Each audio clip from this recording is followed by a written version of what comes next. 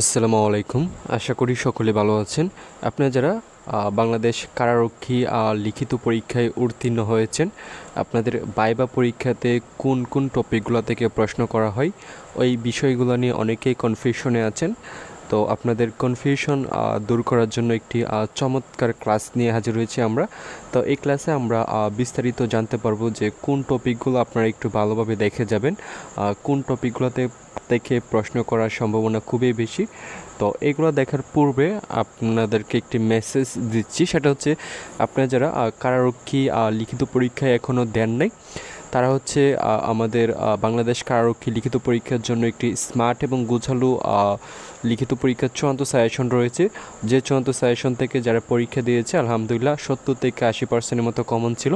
তো যারা সংগ্রহ করতে চান এখানে কারারক্ষী লিখিত পরীক্ষার চূড়ান্ত সাজেশনটি, তারা স্ক্রিনে দেওয়া নাম্বারে বিকাশে মাত্র 100 টাকা সেন্ট মানি করে এই নাম্বারে হোয়াটসঅ্যাপে নক দেওয়ার সাথে সাথেই আপনারা আমাদের কারারক্ষী লিখিত পরীক্ষার চূড়ান্ত সাজেশনটি পেয়ে যাবেন। আর যারা লিখিত পরীক্ষায় উত্তীর্ণ হয়েছেন, ভাইভা পরীক্ষা দেবেন, তাদের জন্য একটা ভাইভা পরীক্ষার ডেমো চূড়ান্ত সাজেশন রয়েছে চমৎকার। যারা সংগ্রহ করতে চান তারাও স্ক্রিনে দেওয়া নাম্বারে হোয়াটসঅ্যাপে আমাদের সঙ্গে যোগাযোগ করবেন। তো চলেন আমরা এখানে যে তত্ত্বগুলো নিয়ে হাজির হয়েছি কারারক্ষী ভাইভা পরীক্ষার জন্য, ওইগুলো আমরা একটু অ্যাট এ গ্ল্যান্স দেখে নিই। তো এইখানে আমরা যদি লক্ষ্য করি যে ফার্স্ট অফ অল হচ্ছে আপনাদের নিজের পরিচয় বা সাধারণ জ্ঞান থেকে কিছু প্রশ্ন করতে পারে। প্রথমত যদি আপনাকে নিজের পরিচয় দেওয়ার কথা বলা হয়, তাহলে এটা কিভাবে দিবেন?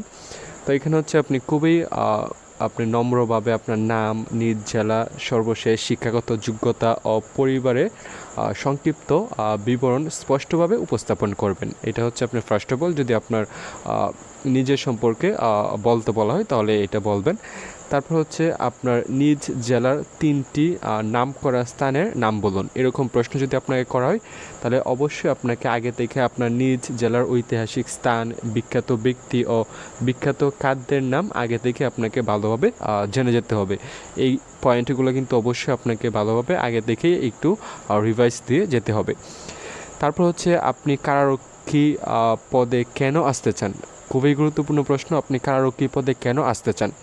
তো এই প্রশ্ন যদি আপনাকে করা হয় তাহলে আপনি আনসার দিতে পারেন যে এখানে কারাগারের শৃঙ্খলা রক্ষা, বন্দীদের সংশোধনের অবদান রাখা এবং অনুশাসন ভিত্তিক সরকারি সেবায় আত্মনিয়োগের ইচ্ছা থেকে।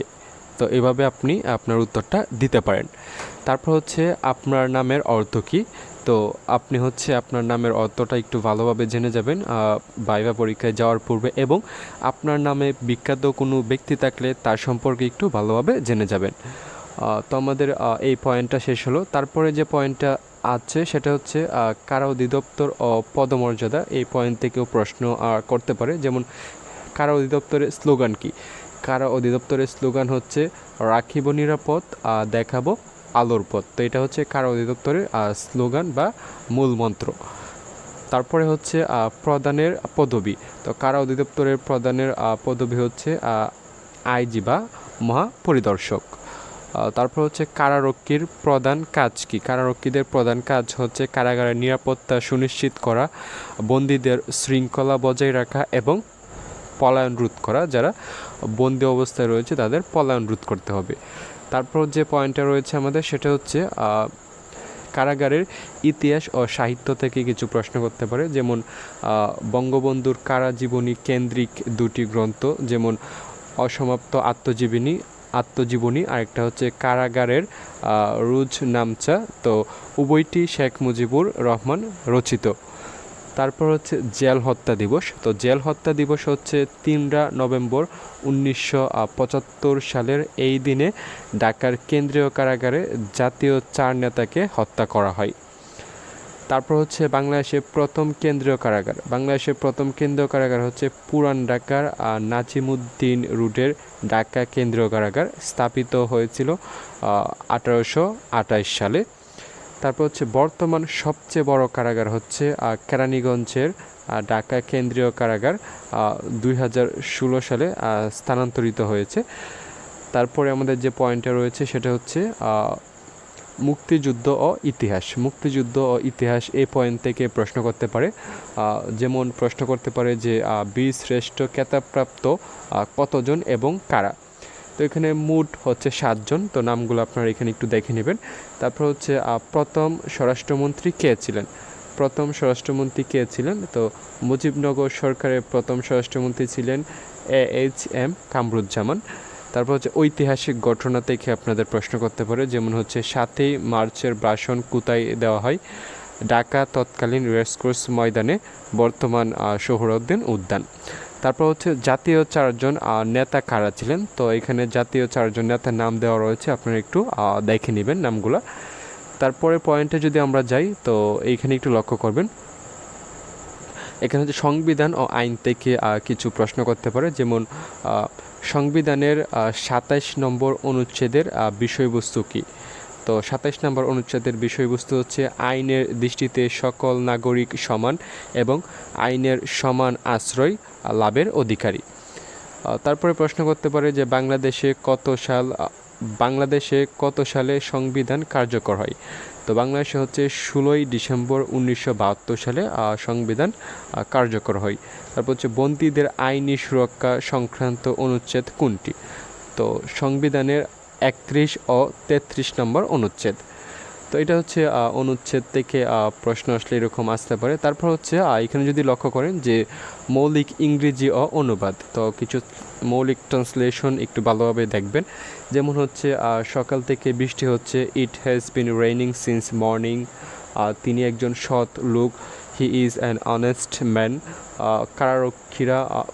এখানে কারারক্ষীরা শৃঙ্খলা মেনে চলে, প্রিজন গার্ডস অবে ডিসিপ্লিন।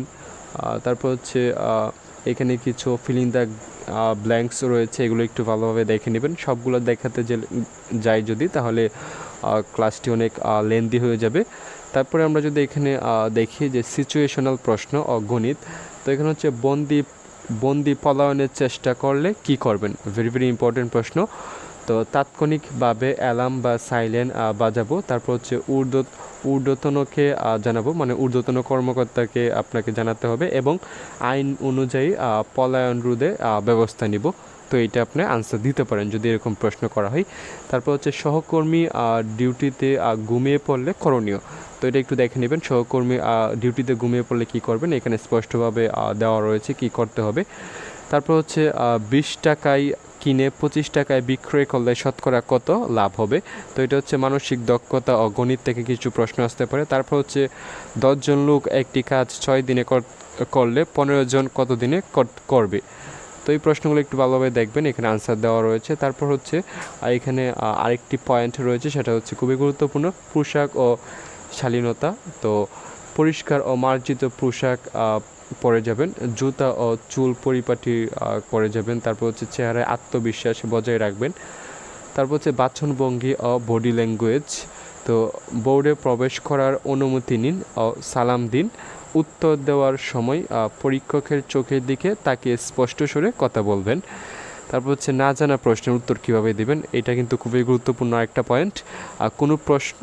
কোনো প্রশ্ন জানা না থাকলে অনুমান নির্ভর ভুল উত্তর না দিয়ে বিনয়ের সাথে বলুন, দুঃখিত স্যার, বিষয়টিতে আমার জানা নেই।